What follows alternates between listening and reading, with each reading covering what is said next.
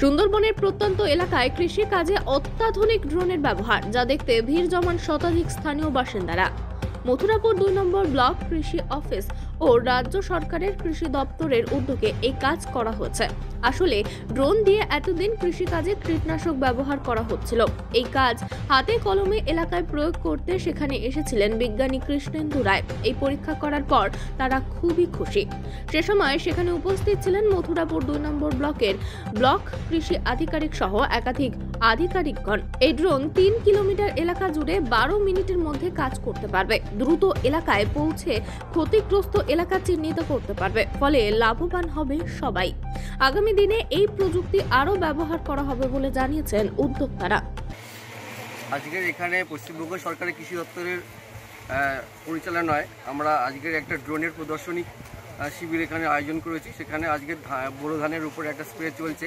সেখানে আমরা শস্য শ্যামলা কৃষি বিজ্ঞান কেন্দ্রের থেকে আমরা সায়েন্টিস্টকে পেয়েছি, যিনি আজকে নিজের হাতে ড্রোনটাকে ব্যবহার করছেন, এবং আমাদের সাব ডিভিশন থেকে আমাদের সাব ডিভিশনের হেড নিয়ে এসেছেন এবং সাব ডিভিশনে এসে আজকের আমাদের মধ্যে উপস্থিত হয়েছেন আজকের এই এতে। এবং এখানে আমাদের লোকাল দুটো কোঅপারেটিভ আছে, মধুসূদন চক এসকেউএস এবং দক্ষিণ জয়কৃষ্ণপুর এসকেউএস রয়েছেন।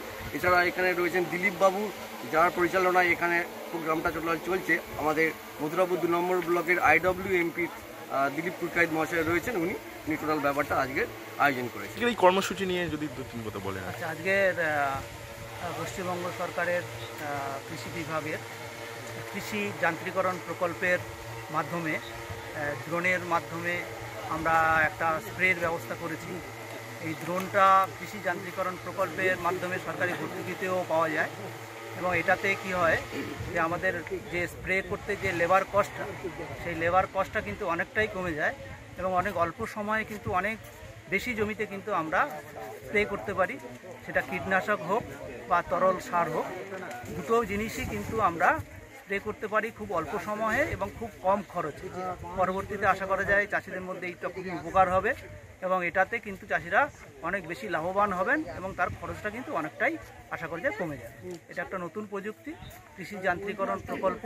পশ্চিমবঙ্গ সরকার এই প্রকল্পের মাধ্যমে কিন্তু ভর্তুকিতে ড্রোনটা যেমন দিচ্ছেন, সেরকম একটা প্রদর্শনীরও ব্যবস্থা করেছেন, যাতে ফার্মাররা সরজমিনে দেখতে পারে যে কীভাবে ড্রোনের মাধ্যমে স্প্রে করা যায়, সেটা কীটনাশক হোক বা তরল সার হোক।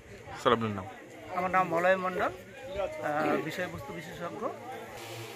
স্যার, এই যে একেবারে নতুন ধরনের একটা জিনিস এলাকায় করছেন, এটা ঠিক কি যদি একটু বলেন খুলে আর কি। আমরা মূলত ড্রোন প্রযুক্তির মাধ্যমে কৃষি বিভিন্ন উপকরণ, যেমন পেস্টিসাইড হোক, ফার্টিলাইজার হোক, যে কোনো তরল সার, সেগুলোকে নিম তেল হতে পারে, এইগুলোকে কিভাবে জমিতে প্রয়োগ করি তার উপরে একটা প্রদর্শনী এখানে আয়োজন করা হয়েছে।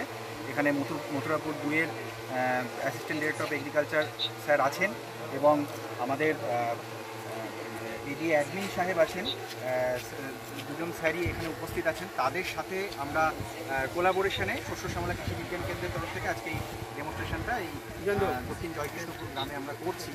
মূলত ড্রোন আমাদের এটা হেক্সাকপ্টার একটি ড্রোন আমরা দেখতে পাচ্ছি, কিষাণ ড্রোন। এর ক্যাপাসিটি ১০ লিটারের, এবং ১০ লিটারের এই ট্যাঙ্কে সাধারণত আমরা বলি যে ১ একরের জন্য নর্মালি আমরা যেটা পেস্টিসাইড বা অন্য কিছু পরিমাপ বলি যে মিলিলিটার প্রতি লিটারে, কিন্তু এখানে আমরা বলি একর হিসাবে, যে ১ একরের জন্য আমাদের যেই ওষুধটা দরকার ছিল সেটা যতটা জলে আমরা প্রয়োগ করতাম, সেটা এই ১০ লিটারে সেই তত পরিমাণ ওষুধটাই আমরা দিয়ে আমরা জমিতে স্প্রে করব। এবং আমরা দেখতেই পাচ্ছি যে সাধারণত ১০ থেকে ১২ মিনিটের মধ্যে ১ একর জমি কিন্তু আমরা ইজিলি স্প্রে করতে পারি উইথ হাই প্রিসিশন। খুব যথাযথভাবে প্রয়োগ করা সম্ভব, এবং অল্প সময়ে আমরা এটা প্রয়োগ করতে পারি।